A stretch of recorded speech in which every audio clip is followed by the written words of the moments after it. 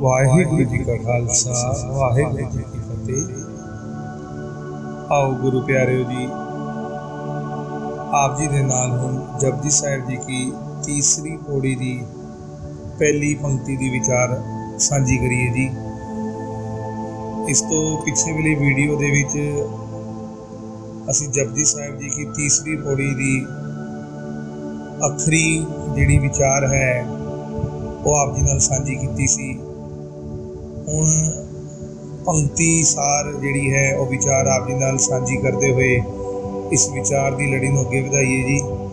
धन गुरु नानक साहिब महाराज किरपा करन, तुच्छ बुद्धि नूं बल बख्शण, तां जो इस प्रभु परमात्मा की अगम्मी बाणी का जिहड़ी विचार है वो आप जी नाल साझी कर सकीए जी। धन गुरु नानक साहिब महाराज जो सिद्धां ने प्रश्न किया धन गुरु नानक साहिब महाराज नूं कि जिस प्रभु परमात्मा का इन्ना वड्डा हुक्म जिहड़ा है वो सृष्टि दे विच चल रहा है, तां सुभावक उसका बल भी जिहड़ा होएगा बहुत वड्डा होएगा। पिछे असीं विचार कीती सी कि हुक्म उसी का चलता है जिहदा बल ज़्यादा होवे, तां बल वल नाल ही हुक्म जिहड़ा है वो वरताया जा सकता है, चलाया जा सकता है। तो सिद्धां ने इस शंका जाके महाराज नूं प्रश्न किया कि उस प्रभु परमात्मा का जिहदा इन्ना वड्डा हुक्म जिहड़ा है वो वर्त रहा है कि सारे जी जन सारी सृष्टि उस प्रभु परमात्मा के हुक्म विच ही है, तो उसका बल कितना वड्डा होएगा, उसका बल जिहड़ा है उहदे बारे सानूं तुसीं जिहड़ी है ज्ञान सोझी दो। धन गुरु नानक साहिब महाराज किरपा करते हैं, सिद्धां नूं तीसरी पौड़ी की पहली पंक्ति दी विच फरमाते हैं। महाराज कहते हैं गावे को तान होवे किसे, उस प्रभु परमात्मा का बल तक कोई की गाएगा, गाएगा वही जिदे विच उस प्रभु परमात्मा जिन्ना बल होएगा। तो जिहड़ा परमात्मा सर्वशक्तिमान है, जिसके वर्गा और कोई दूसरा नहीं है, तो कोई दूसरा उहदा बल जिहड़ा है वो पूरा नहीं गा सकेगा। हाँ, उहदे जिहड़ी वडियाइयां हन, जिहड़े उहदे गुण हन, उन्हां दी गायन हो सकता है, पर जे बल की गल करिए तो प्रभु परमात्मा के बल का जिहड़ा संपूर्ण गायन है वो नहीं हो सकता। तो धन गुरु नानक महाराज साहब कहते हैं गावे को तान, तान मतलब बल। उस प्रभु परमात्मा के बल नूं कौन गाएगा, होवे जिसे तान, जे किसी विच उहदे जिन्ना बल होएगा तां उहनूं गाएगा। तो जद किसी दे विच उहदे जिन्ना बल ही नहीं है, उस प्रभु परमात्मा जिन्ना बल ही नहीं है, तो फिर उहदा गायन किवें कर सकेगा, उहदे बल का गायन वो किवें कर सकेगा। हाँ, पर जिहड़े जी जंत हन उहदियां बख्शिशां प्राप्त करके उहदे गुणां दी गायन जिहड़े है वो कर रहे हैं। तो धन गुरु नानक साहिब महाराज अगे फरमाते हैं गावे को तान होवे किसे तान।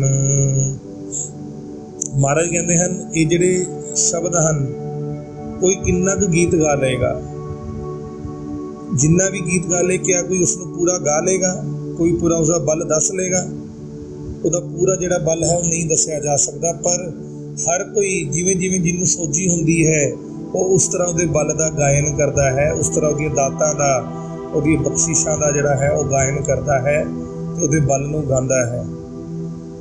इस पंक्ति नूं होर जिहड़ी असीं विचार रजांदे होए असीं इस तरह सोच सकते हैं जी। पहलां दस्सिआ सीगा पिछली पंक्ति दे विच कि एक जिहड़ा अध्यापक है जिन्हें विद्या प्राप्त की है, उन्हें ग्रेजुएशन B.Ed या PhD की है, तो उसका जिहड़ा ज्ञान है उस ज्ञान बारे एक 5वीं 6वीं का या 10वीं का विद्यार्थी की गायन कर लेगा, वो की दस सकेगा कि उस PhD बिल्कुल कितना कुछ ज्ञान है। हाँ, वो इन्ना कह सकता है कि अध्यापक बहुत अच्छा पढ़ाता है, ये अध्यापक की बोली बड़ी साफ है, ये अध्यापक का समझाने का तरीका बड़ा अच्छा है। पर वो कभी भी उस अध्यापक के पूरे जिहड़ा जोर है, जिहड़ा बल है, जिहड़ा ज्ञान है, उसका वर्णन वो 10वीं या 5वीं या 6वीं का विद्यार्थी नहीं कर सकता। उसका वर्णन करने लिए उस विद्यार्थी को खुद जिहड़ा है वो PhD करनी पेगी। उस अध्यापक के बराबर का तजर्बा लेना पेगा, उहदे गुण जिहड़े आ धारण करने पैणगे, तां जाके उस PhD वाले का जिहड़ा है वो गायन कर पाएगा, उहदे बल नूं, उहदे जोर नूं, उहदी विद्या नूं वो दस सकेगा। हुण इत्थे जिहड़ी समझण वाली गल है वो यही है कि उस प्रभु परमात्मा के गुणां नूं कौन गा सकेगा, उहदे बल नूं कौन गा सकेगा। सिर्फ वही गा सकेगा जिहदे विच परमात्मा जिन्ना बल होएगा। पर महाराज कहते कहने वाले तेरे रहे समाए, जिन्हां नूं नहीं पता वो शोर मचा रहे हैं, वो दस रहे हैं परमात्मा की है, परमात्मा किवें है, परमात्मा का बल किवें है। जिन्हां नूं नहीं पता वो मेरे वर्गे अज्ञानी जिहड़े हैं वो शोर मचा रहे हैं। पर जिन्हां नूं पता है, जिहड़े पुज गए हैं, तो महाराज कहते कहने वाले तेरे रहे समाए। जिन्हां ने कहना है, जिन्हां ने दसना है, जिन्हां ने प्राप्त किया है, वो तो तेरे च समा गए, वो की वर्णन करनगे। तो धन गुरु नानक साहब महाराज पंक्ति दे विच सानू सोझी दिंदे हन कि उस प्रभु परमात्मा का जिहड़ा बल है उसका गायन वही कर सकेगा जिहदा बल परमात्मा के बराबर होएगा। तो ऐसा भी कोई भी नहीं है जिहदा बल जिहड़ा है वो परमात्मा जिन्ना होए, तो उसका गायन जिहड़ा संपूर्ण गायन है वो कभी भी नहीं हो सकता। इसनूं एक होर उदाहरण नाल आपां समझीए कि ਵੱਖ-ਵੱਖ जी जिहड़े हन उस परमात्मा का गुण ਵੱਖ-ਵੱਖ तरीके नाल गा रहे हैं।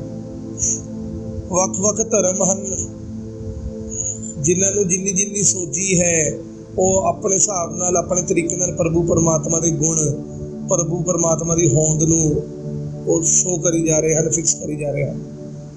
पर किसी को भी पूर्ण संपूर्ण बल नहीं है जिहड़ा ये दस सके कि प्रभु परमात्मा का जोर कितना है, बल कितना है। तो धन गुरु नानक साहब महाराज भी फरमाते हैं कि प्रभु परमात्मा के बारे कोई भी जिहड़ा है वो दस नहीं सकता, कोई भी जिहड़ा उहदे बल नूं गा नहीं सकता। पर जिहड़ा गायन हो रहा है उस प्रभु परमात्मा के गुणों का गायन हो रहा है। कोई उहदे किसी गुण का गायन करता है, कोई उहदे किसी गुण का गायन करता है। गीता दे विच किसी गुणों के गायन हो रहे हैं, कुरान दे विच उहदे कई गुणों के गायन हो रहे हैं, गुरु ग्रंथ साहिब दे विच बेअंत गुणों के गायन हो रहे हैं। तो सारे ही ਵੱਖ-ਵੱਖ तरीके नाल उहदे गुण जिहड़े हैं वो गा रहे हैं।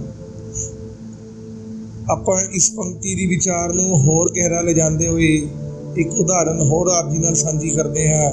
मान लो एक बहुत सुंदर बगीचा है, एक बहुत सुंदर गार्डन है, बगीचा है जिहदे बड़े तरह तरह के जिहड़े फुल हैं वो खिड़े हुए हैं, महकदार फुल जिहड़े हैं वो खिड़े हुए हैं।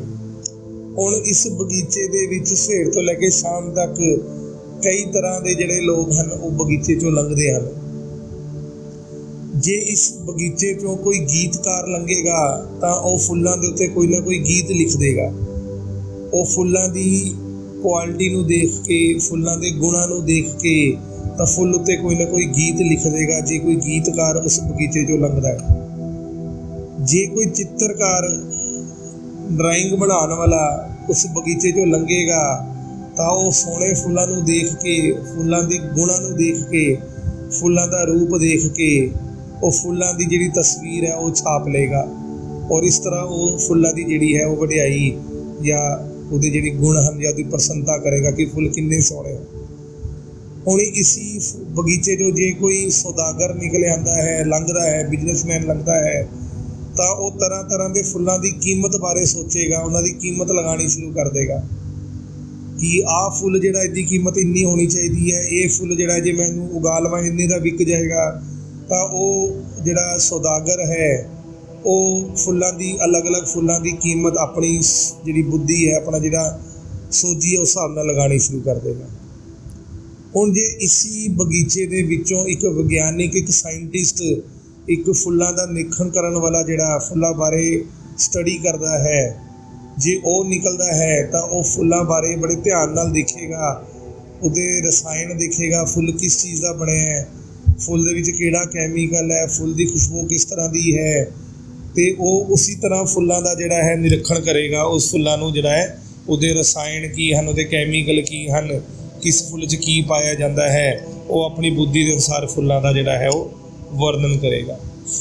ਹੁਣ ਜੇ इसी बगीचे विचों कोई बेसुरत नशा किया होया व्यक्ति लंघ जाता है, जिसनों सोझी नहीं है, जिदा जिहड़ा आपां कहने आ माइंड जिहड़ा है वो नशे नाल भरिया होया है, उसनूं कोई वातावरण की आस पास की सुध बुध नहीं है, तो वो ये बगीचे विचों खाली ही लंघ जाएगा। वो इस बगीचे की कोई विचार, कोई सुंदरता, कोई गुण नहीं देखेगा और इस बगीचे चों लंघ जाएगा। कुछ ये साडे नाल भी हो रहा है, असी भी उस नशा करन वाले वर्गे हाँ। साडे ते नशा जिहड़ा है वो माया दा चढ़िया होया है। असी संसार विच आने हाँ जो कि प्रभु परमात्मा का एक बगीचा है। असी इस बगीचे 'च लगे हुए जिहड़े प्रभु परमात्मा की कुदरत है, जिहड़े फुੱਲ हैं जो परमात्मा ने कुदरत उचारी है, असी उन्होंने नहीं देख रहे। साडी जिहड़ी बुद्धि है वो खत्म हो चुकी है, नशे नाल भरी हुई है और ये नशा माया का नशा है। माया कई तरह की है। जो आप शुरू च ये चैनल शुरू किया सी, उत्थे सी बड़ी छोटी जी क्लिप दे विच माया बारे जिक्र किया सी। तो जिहड़ा प्राणी माया के नशे विच इस संसार विच आंदा है वो खाली हाथ ही इस बगीचे चों चले जाता है। वो इस बगीचे की, इस प्रभु परमात्मा के सोहणे बनाए हुए बगीचे की कोई विचार जिहड़ी है वो नहीं करता। तो देखण नूं ये आंदा है कि जिस तरह का भी कोई प्राणी जिहड़ा है वो उस बगीचे जो लंघ रहा है, वो उस बगीचे दे विच लगे फुल्लां दी उसी हिसाब नाल सुंदरता बयान कर रहा है। गीतकार गीत लिख के, चित्रकार चित्र बना के, सौदागर उसकी कीमत लगा के, ते जिहड़ा विग्यानिक है, साइंटिस्ट है, उहदे रसायनां बारे देख के उस तरह उस फुल्लां दी जिहड़ी है वो सुंदरता विख्यान करता है। और जिहड़ा बंदा नशे 'च है वो उस बगीचे चों खाली लंघ जाता है। तो महाराज कहते हैं जिद्दे विच जिन्ना जिन्ना ताण होएगा, ताण तो भाव जोर होएगा, सोझी होएगी, उन्ना उन्ना वो परमात्मा नूं हिसाब नाल गा लेगा। अगे पंक्तियां 'च महाराज उच्चारण करते हैं, दसदे हैं कि किस किस तरह नाल जिहड़े जी हन अपनी बुद्धि के अनुसार उस परमात्मा के बल नूं गायन कर रहे हैं। तो महाराज इत्थे ये सोझी दिंदे हैं कि गावे को तान होवे किसे तान। सेम उस बगीचे विचों लंघण वाले जिहड़ा आदमी हैं, जिहड़े बंदे हैं, उन्हां वांग ही जिहड़े मनुख हैं ये उस प्रभु परमात्मा के बल का गायन कर रहे हैं। अगली वीडियो दे विच असीं अगली पंक्ति विच ये देखांगे जी किस किस तरह नाल प्रभु परमात्मा का जिहड़ा बल का गायन है वो किवें वख-वख तरीके नाल जी जिहड़े हैं वो कर रहे हैं। धन गुरु नानक साहब महाराज किरपा करन, समत बख्शण, तुच्छ बुद्धि नूं बल बख्शण, जो उस परमात्मा की अगम्मी बाणी की जिहड़ी विचार है आप जी नाल सांझी कर सकीए। फिर आप जी नूं मुड़ के आ जाता है कि जिहड़ी अगम्मी बाणी की विचार है ये संपूर्ण कदी नहीं हो सकती, कदी पूरी नहीं हो सकती, क्योंकि ये बुद्धि उन्नी नहीं है कि विचार जिहड़ी है वो कर सकीए। ये तो इस तरह है कि सागर नूं एक छोटे जे लोटे विच लेके आने वाली गल है जो कि संभव नहीं है। तो वो प्रभु परमात्मा के गुण तो अतां सागर हैं, सागरां तो भी सागर हैं। महाराज किरपा करन, अगली पंक्ति दे विच आप जी नाल अगली विचार जिहड़ी है सांझी करियांगे जी। तद तक फतेह प्रवान करना जी। वाहिगुरू जी का खालसा, वाहिगुरू जी की फतेह।